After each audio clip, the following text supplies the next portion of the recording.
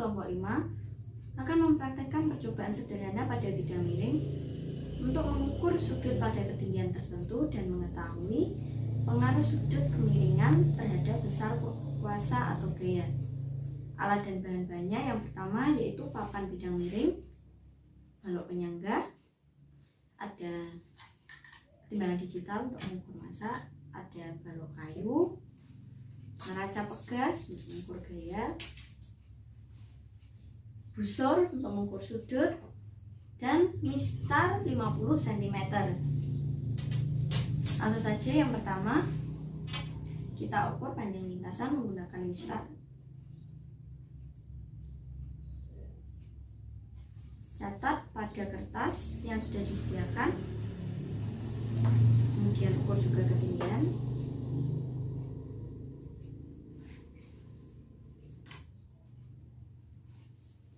Setelah itu kita akan mengukur sudut yang terbentuk pada bidang miring.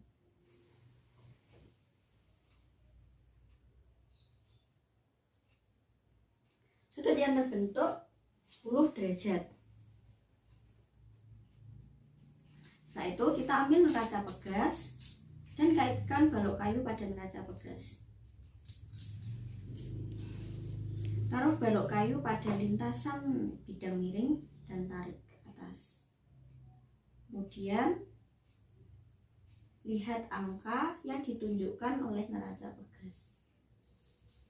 Catat hasilnya pada kertas.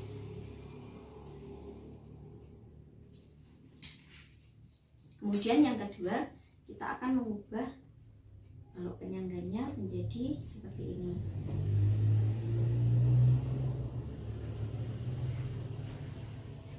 Lakukan hal yang sama seperti percobaan pertama tadi. Ukur panjang lintasan, kemudian tingginya.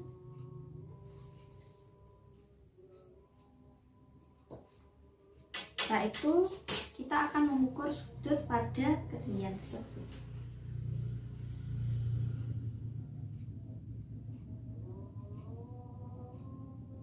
Sudut yang terbentuk yaitu 20 derajat. Ambil neraca pegas, kaitkan pada balok kayu, taruh pada lintasan bidang miring dan tarik. Perhatikan angka yang terlihat pada neraca pegas.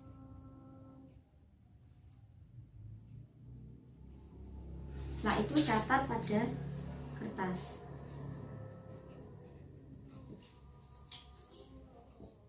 Yang ketiga, kita ubah penyangga balok menjadi seperti ini. Lakukan hal yang sama, kita ukur dan juga tingginya.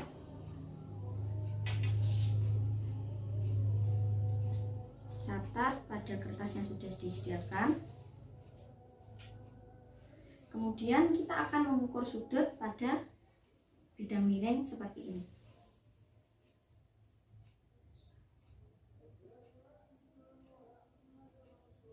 Sudut yang terbentuk 30 derajat. Kemudian ambil balok kayu, kaitkan pada neraca pegas.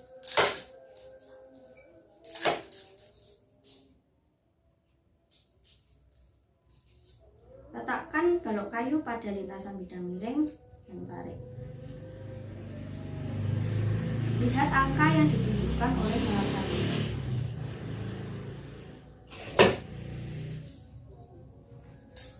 Setelah itu catat pada kertas.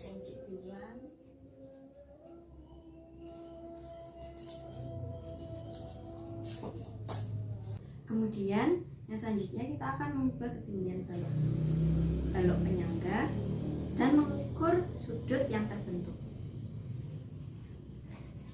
Kita ambil mistar, kemudian mengukur panjang lintasan dan ketinggian. Catat hasilnya pada kertas yang sudah disediakan. Kemudian ambil busur dan ukur sudut yang terbentuk.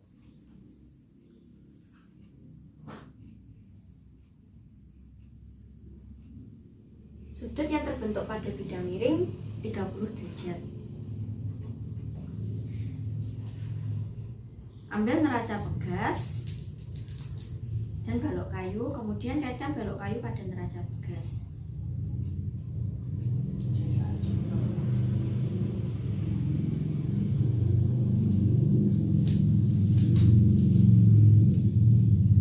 Letakkan balok kayu pada lintasan bidang miring dan tarik. Kemudian lihat angka pada neraca pegas. Setelah itu catat hasil pengukuran pada kertas.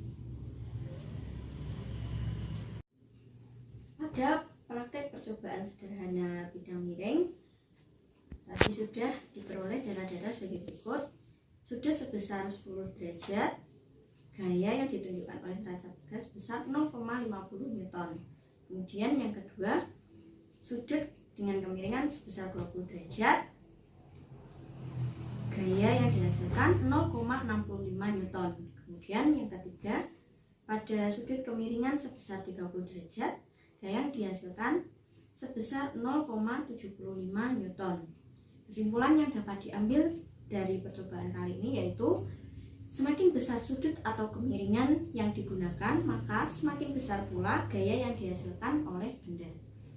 Kemudian gaya-gaya yang terdapat pada percobaan kali ini ada gaya gesek antara papan dengan balok, kemudian ada gaya pegas yang dihasilkan dari neraca pegas, ada gaya berat, gaya tarik bumi. Nah, gaya tarik bumi yang bekerja pada suatu benda.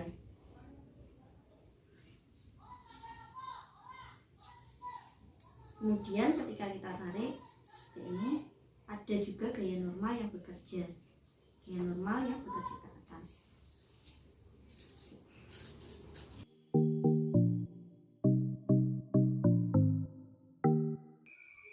Assalamualaikum warahmatullahi wabarakatuh. Pada kesempatan kali ini saya mewakili kelompok 3 akan melakukan praktikum mengenai tuas atau pengungkit. Dengan tujuan praktikum kali ini yaitu mengetahui pengaruh lengan kuasa terhadap besarnya gaya kuasa. Alat dan bahan yang akan kita gunakan pada praktikum kali ini, yang pertama ada neraca pegas, ada lengan neraca, ada pasak, ada timbal dengan berat 20 gram, ada gelas yang nantinya berfungsi sebagai tempat timbal, dan ada papan dengan penyangganya. Baik, percobaan yang pertama kita akan menggunakan tuas jenis pertama, di mana letak titik tumpu berada di antara titik beban dan titik kuasa. Kita menggunakan beban dengan berat 20 gram dan tempatnya ini juga sama memiliki berat 20 gram. Jadi total titik beban nanti yaitu 40 gram. Oke, kita kaitkan di sini jarak titik beban dengan titik tumpu yaitu 1, 2, 3, 4, 5 lubang. Kita masukkan lubangnya. Kemudian kita samakan dahulu jarak titik tumpu dengan titik kuasanya, yaitu 5 lubang juga. 1, 2, 3, 4, 5. Kita taruh neraca pegasnya di sini. Dan kita tarik, harus seimbang. Dengan kuasa dengan beban yang sama 5 lubang dengan titik beban seberat 40 gram menghasilkan besar kuasa yaitu 0,4 Newton. 0,4 Newton. Bagaimana jika kuasanya kita pindahkan? Kita pindahkan lebih dekat dengan titik tumpu. Jadi jarak titik tumpu dengan titik kuasa menjadi 4 lubang. Kita taruh di sini neraca bekasnya, jaraknya 1, 2, 3, 4, dan coba kita tarik berapa besar gaya yang dihasilkan. Besar gaya yang dihasilkan yaitu menjadi 0,5 Newton. Berarti lebih besar ya teman-teman. Kita coba jika jarak titik tumpu dengan titik kuasanya lebih panjang lagi, yaitu menjadi 1, 2, 3, 4, 5, 6 lubang. Kita tarik neracanya. Gaya yang dihasilkan yaitu 0,3 Newton.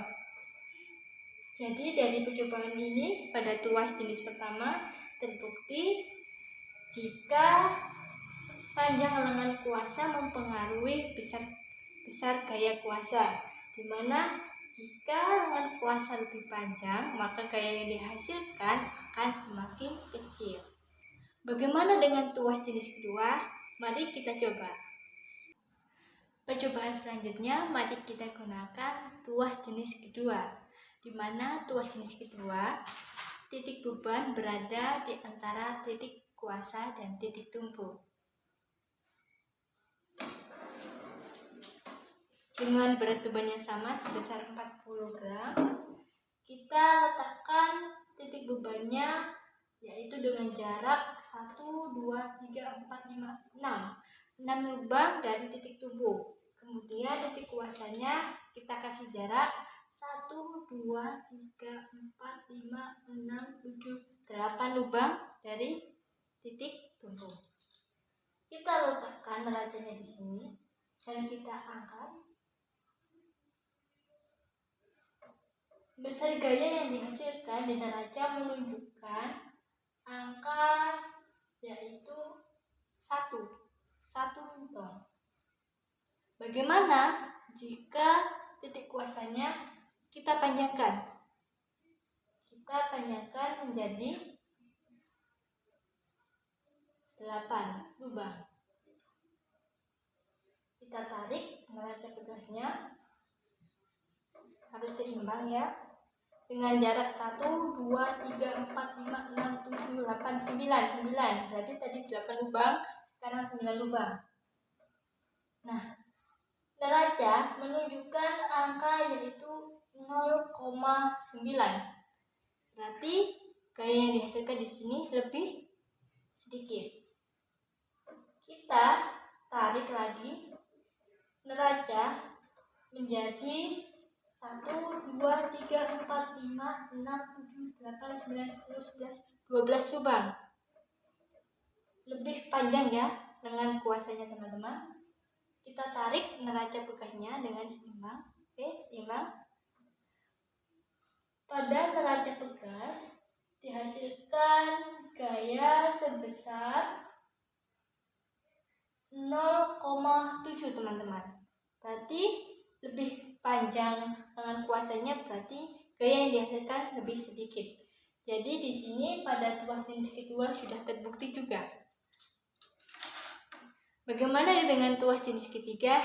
Mari kita coba juga.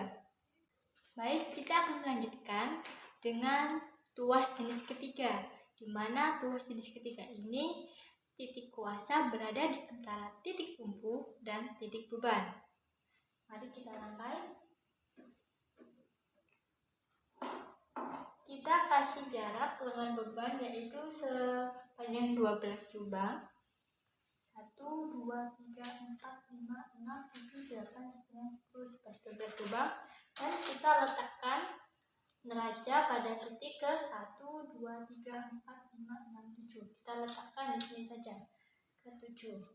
Jadi panjang lengan kuasanya yaitu sepanjang 7 lubang. Kita tarik neraca bekasnya teman-teman. Harus seimbang ya. Nah, sudah seimbang. Kita lihat pada neraca menghasilkan gaya sebesar 1,4. Oke. Gaya yang dihasilkan 1,4. Kemudian bagaimana jika titik kuasanya kita pindahkan? Jadi panjang lengan kuasanya menjadi 1, 2, 3, 4, 5, 6, 7, 8 lubang. Kita tarik kembali teman-teman. Tadi 7 lubang jarak panjang lengan kuasanya, sekarang lengan kuasanya 8 lubang. Gaya yang dihasilkan pada neraca di sini itu sebesar 1,3 teman-teman. Nah, kita panjangkan lagi lengan kuasanya. Kita taruh di lubang ke 1, 2, 3, 4, 5, 6, 7, 8, 9, 10, 11. Kita taruh di lubang 11. Panjang kuasanya yaitu 11 lubang. Kita tarik lagi neraca tugasnya dengan keadaan seimbang ya teman-teman. Nah, neraca tugas di sini menunjukkan angka yaitu 0,9 dengan panjang lengan kuasanya tadi berapa? 1, 2, 3, 4, 5, 6, 7, 8, 9, 10, 11 dengan kuasa 11 lubang dan dengan bebannya 12 lubang. Gaya yang dihasilkan pada neraca tugas yaitu 0,9, berarti lebih sedikit. Di percobaan dengan bikin segitiga ini juga terbukti bahwa apabila lengan kuasa semakin panjang, maka gaya yang dihasilkan juga semakin kecil atau semakin sedikit. Percobaan yang telah kita lakukan untuk membuktikan pengaruh lengan kuasa terhadap besarnya gaya kuasa pada tuas jenis pertama, kedua, baik ketiga telah terbukti bahwa memang benar lengan kuasa mempengaruhi besarnya gaya kuasa yang dihasilkan.